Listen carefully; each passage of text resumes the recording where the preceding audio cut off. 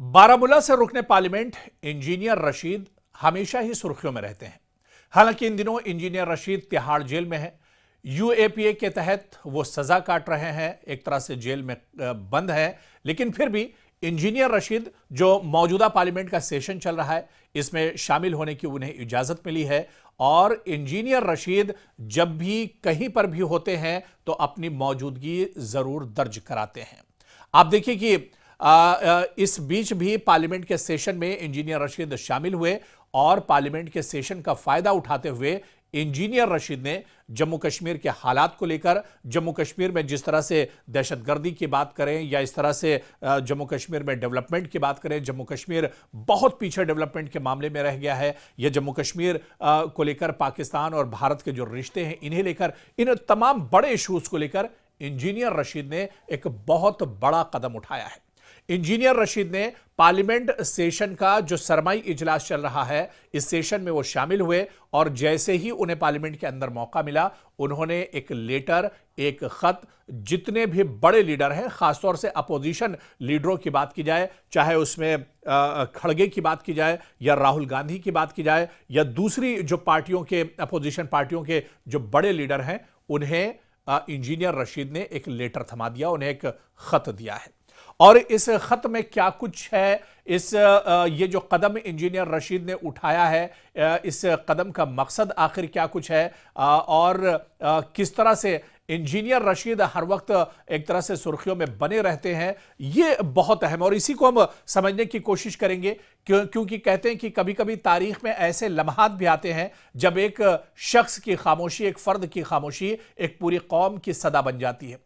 और आप देखिए कि पार्लियामेंट की गूंजती हुई राहदारियों में एक ऐसे ही लम्हे ने जन्म लिया जब जेल की जंजीरों में जकड़ा हुआ एक अवामी नुमाइंदा नफरत के शोर के बीच अमन का पैगाम लेकर आगे बढ़ा। इंजीनियर रशीद का यह कदम सिर्फ एक खत नहीं था, बल्कि कश्मीर के जख्मों, उम्मीदों और हकायक का वो आईना था जिसे बरसों से नजरअंदाज किया जाता रहा। इंतखाबी जीत के बावजूद जेल की कोठरी में बंद रहने वाले बारामूला से मुंतखब रुकने पार्लियामेंट इंजीनियर रशीद ने पार्लियामेंट में वो काम किया जिसकी शायद किसी को तवक्को नहीं थी। बरसों की सियासी तलखी, नजरियाती इख्तिलाफात और शदीद तनाजात के दरमियान उन्होंने अपने पहले दिन को एहतिजाज या जारहाना तकरीर के बजाय अमन, बातचीत और इंसानियत की आवाज बनने का फैसला किया। यह एक ऐसा लम्हा था जिसने सिर्फ कश्मीर ही नहीं, पूरे मुल्क की सियासत को चौंका दिया। आमतौर पर कोई भी नया रुकने पार्लियामेंट या पार्लियामेंट की कार्रवाई के पहले दिन पहले तकरीर की मंसूबाबंदी करता है, अपनी पार्टी की लाइन मजबूत करता है या मीडिया की तवज्जो हासिल करने की कोशिश करता है। लेकिन इंजीनियर रशीद ने वो रास्ता इख्तियार किया जो न सिर्फ मुख्तलिफ था बल्कि दिलों को छू लेने वाला भी था। उन्होंने पार्लियामेंट के अंदर न नारे लगाए, न कोई सियासी बयान दिया, न खुद को मजलूम साबित करने की कोशिश की, बल्कि खामोशी और संजीदगी से एक एक कौमी रहनुमा के पास जाकर उन्होंने एक लेटर और एक खत दिया। और इन लीडरों में खासतौर से अपोजिशन लीडर नुमाया थे। यह कदम खुद एक अलामत था कि मैं यहां सियासत के लिए नहीं, अमन के लिए आया हूं, इख्तिलाफात के बीच इंसानियत को याद दिलाने आया हूं। तो यह खत सिर्फ अल्फाज नहीं थे, बल्कि पिछले 75 साल की वो तारीख थी जो अक्सर किताबों में छुपी रहती है लेकिन कश्मीर के दिल पर नक्श है। आप देखिए कि जो खत इंजीनियर रशीद ने लिखा है, इसमें जो अहम बातें हैं कि भारत और पाकिस्तान दुश्मनी जो है यह खत्म होनी चाहिए।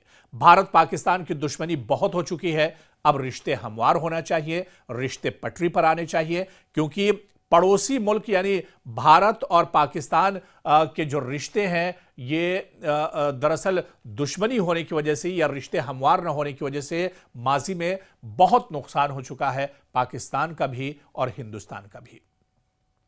1947 से जारी दुश्मनी ने कश्मीर को जंग का मैदान बना दिया और इस दुश्मनी का सबसे ज्यादा खमियाजा अगर किसी ने भुगता है तो वो कश्मीर है।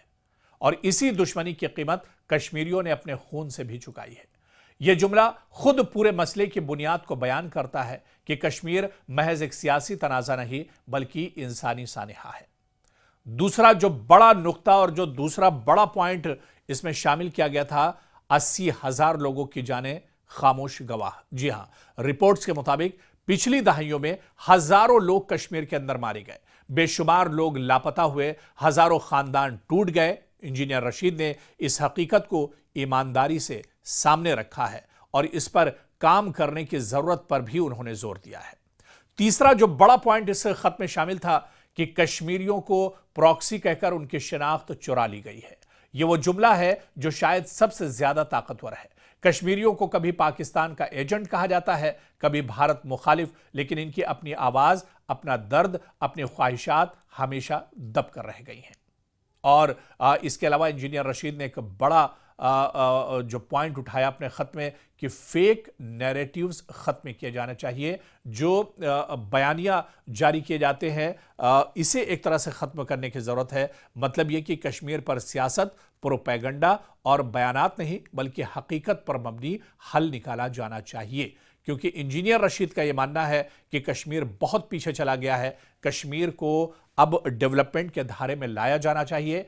मौजूदा जिस तरह से दुनिया आगे बढ़ रही है, जिस तरह से भारत आगे बढ़ रहा है, देश आगे बढ़ रहा है, तो कश्मीर भी भारत का अटूट अंग है। ऐसे में कश्मीर को भी हक है कि वो भारत के साथ, एक तरह से पूरे देश के साथ मिलकर आगे चले। तो ऐसे में कश्मीर को अब एक तरह से इस धारे से अलग न रखा जाए, बल्कि अब 370 के बाद चुनी हुई अपनी सरकार है और मरकज भी एक तरह से लगातार कदम जब उठा रहा है, तो कश्मीर को अब एक तरह से डेवलपमेंट की तरफ जाना चाहिए। इसके अलावा सियासी कैदियों की भी उन्होंने बात की। उन्होंने कहा कि इस खत का सबसे अहम हिस्सा यह अपील थी कि तमाम सियासी कैदियों को कश्मीर में रिहा किया जाए। इंसानियत के लिए यह बहुत जरूरी कदम है। तो कश्मीर में मुतादिद सियासी कारकुन, नौजवान और समाजी अफराद मुख्तलिफ कवानीन के तहत जेलों में बंद हैं। इनकी रिहाई से कश्मीर में सियासी एतमाद बढ़ेगा, नाराजगी कम होगी और बातचीत की फजा एक तरह से पैदा होगी। यह मुतालबा सियासी नहीं, इंसानी बुनियादों पर किया गया है। आप देखिए, इसमें इंजीनियर रशीद ने रियासती दर्जा बहाल करने की भी अपील की। इस खत में इंजीनियर रशीद ने कौमी रहनुमाओं को याद दिलाया कि जम्मू कश्मीर के शिनाख्त, वक़ार और आईनी खुददारी को 2019 के बाद शदीद धचका लगा। उनका पैगाम था कि रियासती दर्जा यानी स्टेटहुड वापस करके अवाम के एतमाद की बहाली की बुनियाद रखी जा सकती है। यह सिर्फ आईनी मसला नहीं बल्कि जज्बात, एहसास शिनाख्त और समाजी नफ्सियात का मसला भी है। इसके अलावा कश्मीरी पंडितों और दीगर मुतासरा खानदानों का जिक्र भी इंजीनियर रशीद ने किया है।